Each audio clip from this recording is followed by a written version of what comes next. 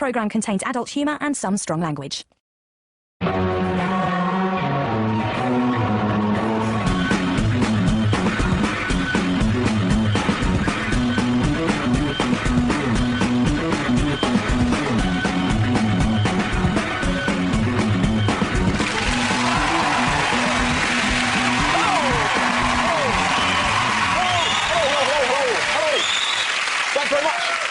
Welcome to Good News. So, what have we learnt this week? Well, is it me, or has Jon Snow's interview technique become a bit harsh? You can only score in a brothel.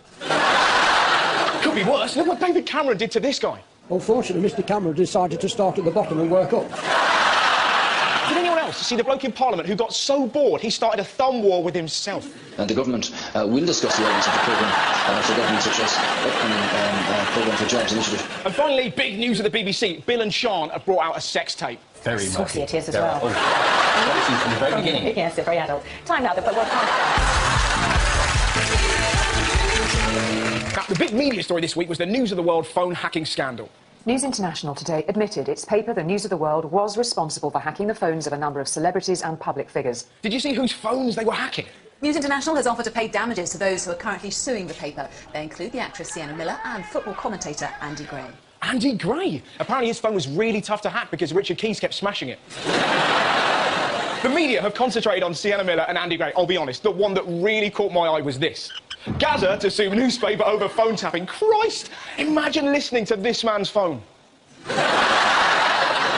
You wouldn't be able to tell what was real or what was drunken gibberish. Me and the Queen are getting married. Are you, Gaza? I've invented a time machine that runs on Pringles. Of course you have. I'm going to give a murderer a sandwich. Yeah, whatever, Gaza. I'm not an idiot. What I don't understand, surely, if you're going to hack anyone's phone, it would be this guy. Wouldn't that be great? Wouldn't you love to hear him ringing up Karen? Dave, just went to Buckingham Palace last night. You were right. The back of the Queen's head doesn't taste like a stamp. The scandal has upset a lot of people. To be honest, I wasn't that fussed. I've actually been tapping some celebrities myself. There's a better way of putting that.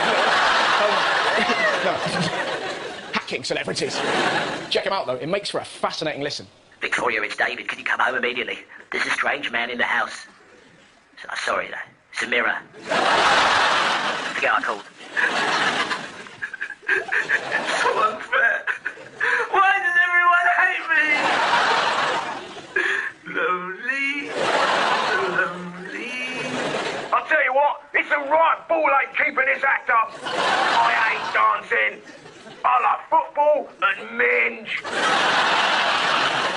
I must admit, when I read about this phone hacking, I did think to myself, Christ, I hope they don't get me. They'll have to read all my brother's texts. I got one the other day that said, what does the man with a 10-foot cock have for breakfast? This morning, I had Cocoa Pops. He's relentless. Today, he sent me a picture message that simply said, Russ, I've bought the wrong condoms. These are too small. In other news, David Cameron has been on holiday. Now, when you're the leader of the country, you can expect a few perks here and there. But when David Cameron took his wife Samantha on a trip to southern Spain, he decided to fly Ryanair. They flew Ryanair. Oh, I'd love to have seen that. Don't fall asleep, Samantha. The orange lady will take our stuff. She's an air hostess. If you worked in security, you'd definitely make him do a cavity search. What are you looking for? Nick Clegg. The great thing is, he won't be able to complain. Budget airlines really don't give a shit. The customer services departments, there's just blokes on the phone going, hello, customer services, go fuck yourself. Hi, customer services, go fuck yourself. Hello, customer services, no. Yeah. Go fuck yourself! Sometimes I truly love the news in this country. Have a look at the major crime wave that swept through Norwich. Donkeys at a sanctuary in Norwich have had more reason than usual to be downhearted. Their favourite toys were recently stolen. Forget the recession, someone's stolen a toy from a donkey. It gets even better. Check out what their favourite toys are. Donkeys in Norwich have their space hopper stolen. What kind of man would steal a space hopper from a donkey? Why are the donkeys playing with space hoppers? Surely they prefer Buckaroo.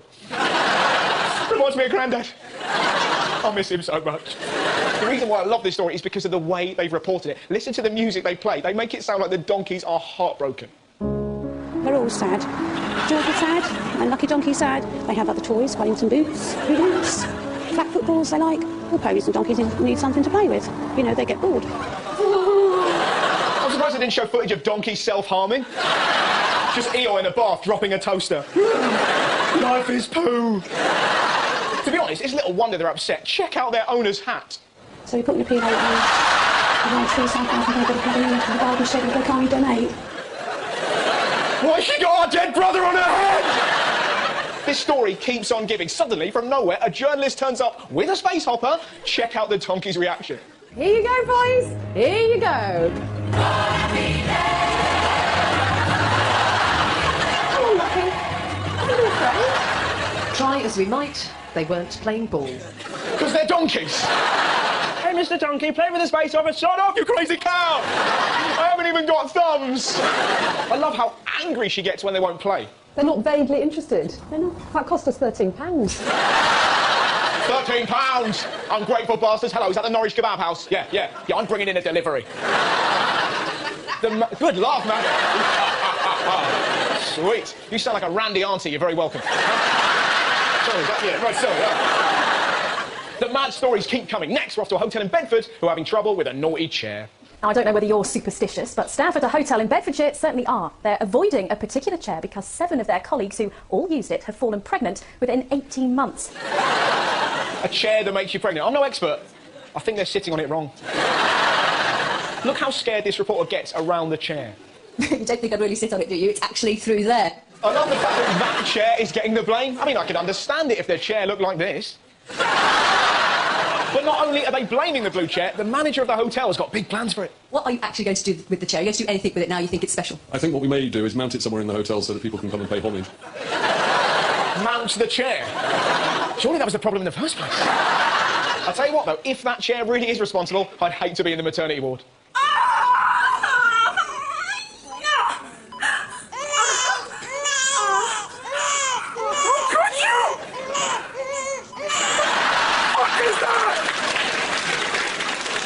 You may remember last week we had the bug that looked like Elvis. The week before we had the Hitler house.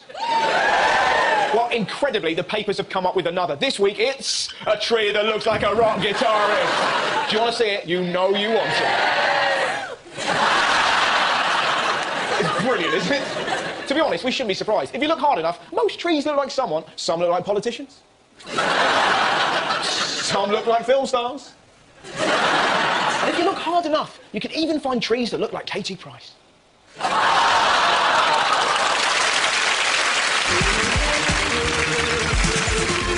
Over in America, check out the latest way to get closer to God. All right, they love Jesus and they're not afraid to show it in a very interesting way.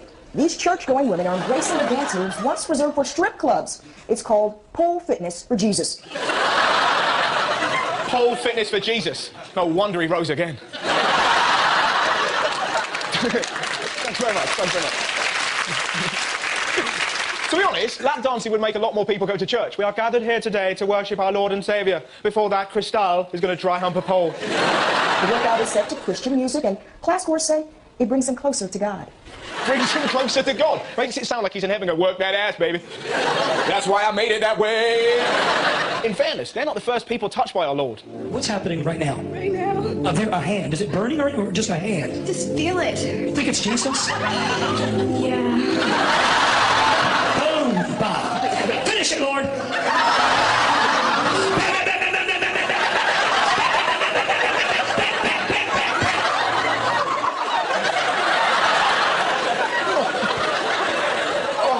Thanks, Jesus.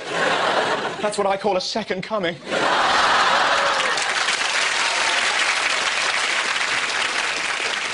Over in the Czech Republic, there's been an exciting archaeological discovery. Archaeologists in the Czech Republic claim they have discovered what might just be the world's first known gay caveman. Or, as the Sun delicately put it, I'm the Stone Age gay in the village. A gay caveman. What next? A lesbian dinosaur. Behold, the Lycosaurus! I love K.D. Lang. Wouldn't it be great if they discovered the gay caveman on Time Team? Look, Tony, these guys were buried fighting. That's no fight. The best thing about this story, he wasn't alone. He was actually buried with 3 of his mates. Next over to the wonderful country that is Australia. Last week I showed you a bloke who took his parrot for a ride on his car. This week, check out what their finest scientists are working on. It's been challenging mankind since we were first blasted off. Can humans drink beer in space? I'm only going to the moon if I can get shit-faced. To be honest, I think drinking in space is madness. The last thing you want when you're meeting bizarre intergalactic creatures are beer goggles. She's all right. Dave, she looks like Shrek's bell end. Drinking in space would really have changed Star Wars. Imagine Han Solo pissed. Chewie, you look like a 70s minge. Just Luke Skywalker clutching a bottle of vodka. I can't believe I tried to fuck my sister.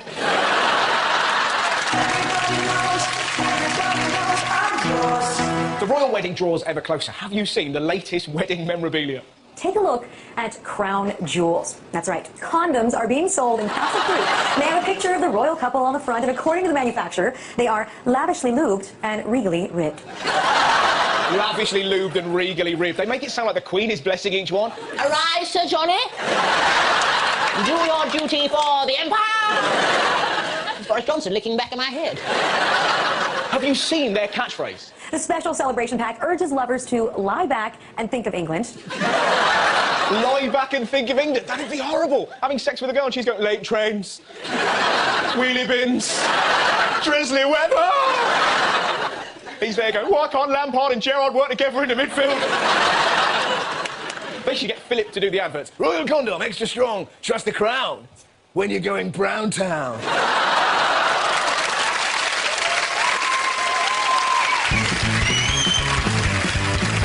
The big sports story of the week was, of course, the Grand National. Did you watch the BBC coverage? It was so over the top. There isn't a person in the country that doesn't know today is Grand National Day. Ooh, I can think of one.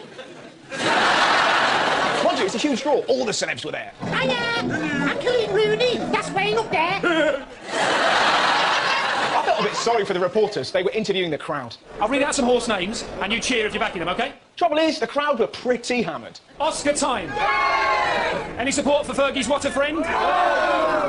Silver by Nature? Big fella thanks, anyone? Are you going to cheer anything I say? Talking of drinking, some ladies actually thought they were jockeys. Whistling. Not everyone was pissed. Some were betting and getting quite scientific. I like when they kind of bounce around on the toes, you know. I like a horse that doesn't sort of keep its head down. I like when it looks up a bit. I like the jumpy one. As ever, the winner was a small Irish bloke you couldn't understand. Delight for jockey Jason Maguire, who could scarcely believe his achievement. Kind of said we're trying to be in the first 10 because in case he frightens himself, but he's half an away for his first mile. Why is it all jockeys are Irish? Being a career officer in Ireland must be a piece of piss. Tall comedian, small jockey, really small leprechaun. Sorry, Tara. One thing I love about the National is the way the commentators talk. Santa Strawberry, the big race. Oscar Time's just in behind these, followed by the Midnight Club, then Surface to Air. Do you know what I'd love to do? Buy a horse and call him I'm having a nervous breakdown. In fact, I'd buy all the horses in the race, give them all weird names, and make it sound like the commentator was going mad. Wouldn't that be great? They're coming up to the final furlong. I'm having a nervous breakdown, and if my wife left me over, pictures on my laptop, not to mention there's a burst pipe in my sex dungeon. Small fry considering last summer I bummed a squirrel towards the rear. Where's that rash come from? Followed by strangle wank, and I should be in therapy because the race hasn't even started.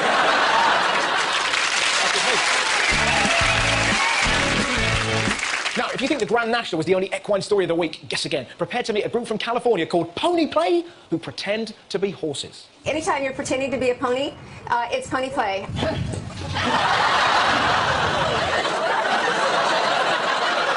Pony Play, it looks more like Gimpy Taxi. Actually get in this headspace of thinking that I'm a pony. I no longer have responsibilities of being human. I'm just a pony and I'm pulling my cart. Imagine going out with her. I'm a pony. I'm a pony. You're telling me, love, he's just on a shit on the road. Frighteningly, she isn't the only member of Pony Club. Check out this wheezy loser. Look at you. Oh, it's so beautiful. This is probably as close as I will ever get to riding a horse. Why's that? Because you live in a city, you can't afford one? You know, I can't see myself riding an actual horse. He's vegan. I'm vegan. I'm vegan. I can't ride a horse because I'm vegan. I've never had my photo taken because I can't even say cheese.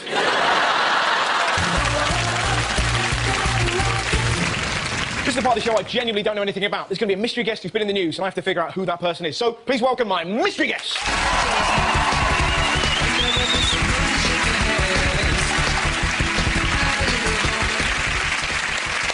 Hello, how are you, man? You all right? I'm good, thanks. Yeah, taxi. Good. Thanks very much. What's your name? David. David Jones. David James, OK. Jones. Jones, OK. So, instantly, you're in a cell, and there's some people looking at you. There's some crime books and a dinosaur book. OK, have another look at some of the other books. Some of the books? To give you a clue. OK, right. So, we've got Mark Thomas. OK, crime books. Is there anything to do with biscuits? No. Go to your right. OK. Reptiles? Right, now you're on the right track. Right, so randomly you've got crime books. They're purely random. It's got nothing to do with that? Just for reading material. Living snakes of the world. Yes. Reptile. I love that. Yes. So you read books about snakes. Yes. When you're bored, books about torture. It's a strange world, yes. So do you have lots of snakes? Is that I don't have lots of snakes, You're no. quite fond of snakes? I'm very fond of snakes. Are you the... Where am I? What do you think I'm in? You're in a bed sit. Yes. And children are staring at you.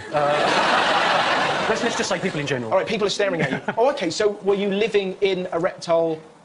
bit of a zoo? A reptile centre? You're very close. You're going to have to tell me, I don't know. I will tell you. The reason I was in the news is that I broke the world record for living the longest period of time with venomous snakes. Right, OK. Wow, that's worth a round of applause, isn't it? How long is that record? The record is 121 days. Wow! Wow! On your own for 121 days. You must have had a brief chat with them. I can't believe that you wouldn't. Yeah, I mean, the snakes used to chat all the time. Of course, yeah. By the end of it, we were friends. Of course. Who was your favourite snake? Favourite snake, I had a little snouted cobra in the room, and... Everything sounds vaguely similar. Snouted cobra. We called him half-cocked. Okay. Now, Russell, I must show you a little bit more of my room, OK? Is there a snake? Because... I've already told you that I was sitting in a room with 40 venomous snakes. Yeah. OK, so what I thought I'd do is just bring you a little example, OK, of the actual snakes that I was living with. OK. So what I'm going to do is just open this up here and give you a couple of examples in there. OK? Yeah. And if you'd like to just move your head or pull that out of the way as well. We've got a few snakes in there as well. Yeah. OK. Mind your feet. Oh, God, that looks like Voldemort, mate. I ain't going near that. Literally. No. You're that bloke in Star Wars. That bloke in Star Wars in Jabba's palace. You wanna wonga? Now, I ain't going near you, mate. Do me a favour. Yep. Can you just lift up your seat? Yes. Thank you. No, lift it up. Lift it up. What, the whole thing? The whole thing. Lift it up. No, lift... From the bottom? Yeah, not there, not there.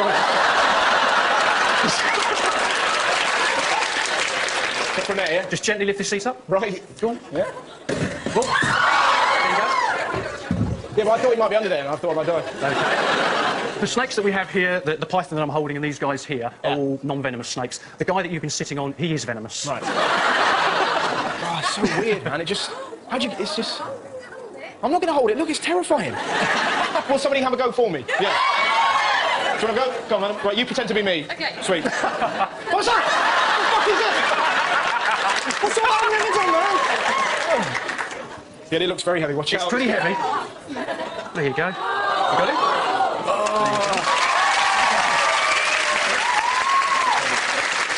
I'll be honest with you. Now, pretty sexy. Pretty sexy. Well done. What's your name, madam? Joe. Hey, Joe. Have you ever done anything? Look, well done. Braver than me. Well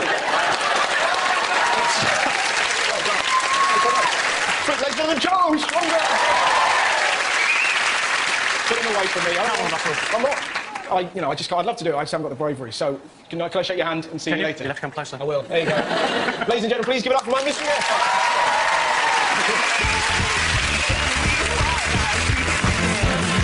Did you hear about the porn company planning a trip to a sleepy town in Kent? Now, there's outrage in Deal after an American company making adult movies said it plans to bring a road show to the town to encourage local women to strip off and take part. It's called Girls Gone Wild, and they want to film local women in their underwear. They want to take photos of women in Deal. If they want to find British women willing to bear all, they should have just gone to the National. They will not find that in Deal. I've been there. It's full of pensioners. The high street is like a scene from Cocoon, right? Just Horlicks and Werthers. Can you imagine the kind of pictures they'll take? That's it, ladies. Spread them. Really spread them. Is it hard? It looks hard. Yes, it is a bit tricky. That's it. 4 fingers. Stick them right in. Now put them in your mouth.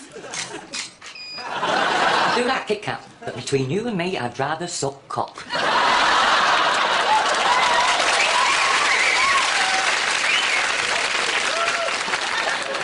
Do you know the weird thing? That wasn't even in the script.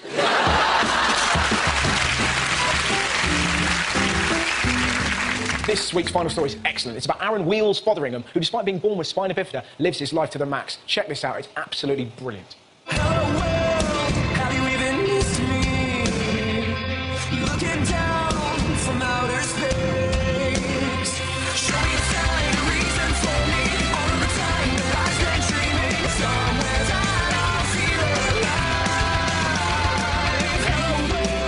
I have spina bifida. It's something to do with your spine.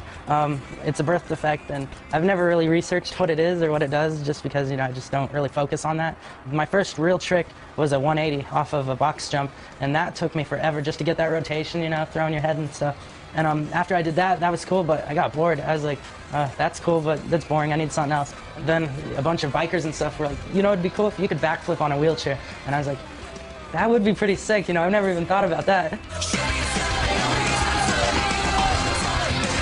It feels like a dream. Like, right now I think I'm just like, you know, I think I just got a concussion and this is all going on in my head. I'm just scared to wake up, you know? Like, I don't want to wake up and be laying out in the skate park, you know? Because this is more than I could ever dream of. Things have happened that I never thought would happen.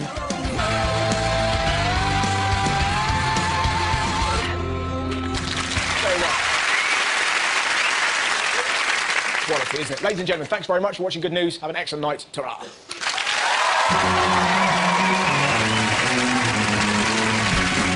And Good News Extra is here Saturday night at 9. Next up on BBC Three, Peter can't go to work.